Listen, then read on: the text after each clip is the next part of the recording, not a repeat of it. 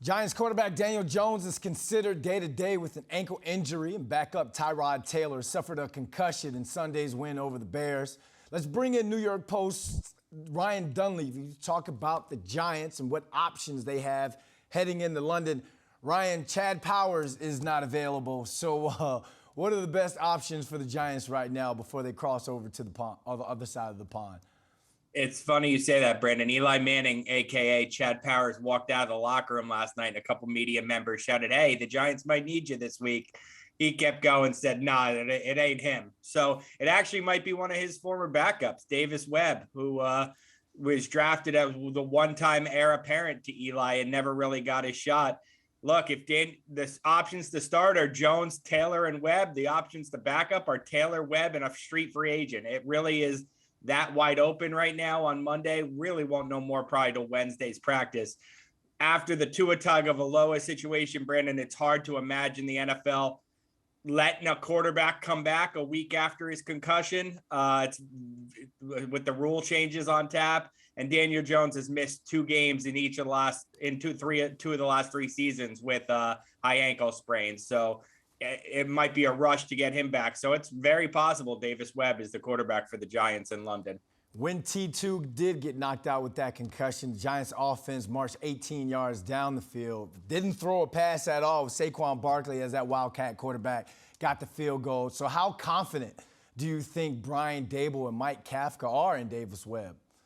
Well, that's a great question. Like, look, he looked awesome in the preseason. Brian Daboll has a ton of confidence in him because he's been in this offense for 3 years. He's basically a coach, Brandon. I mean, he knows the offense so well. He's teaching it to other guys from the day he arrived. So now, look, if they were super confident in him, he probably would be the backup, or he'd probably be on the 53-man roster. So there's still some question. But as far as his knowledge of the offense, it's all there. Question is, he hasn't played in a real regular season game throughout his career other than to take kneel downs.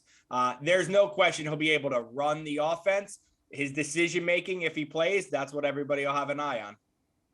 He's going to need a weapon, and the Giants' biggest weapon at wide receiver hasn't been available. Let's talk about Kadarius Toney. The man does have an arm, so if he's available to play this week, how much do you think he could be used, and how could he be used?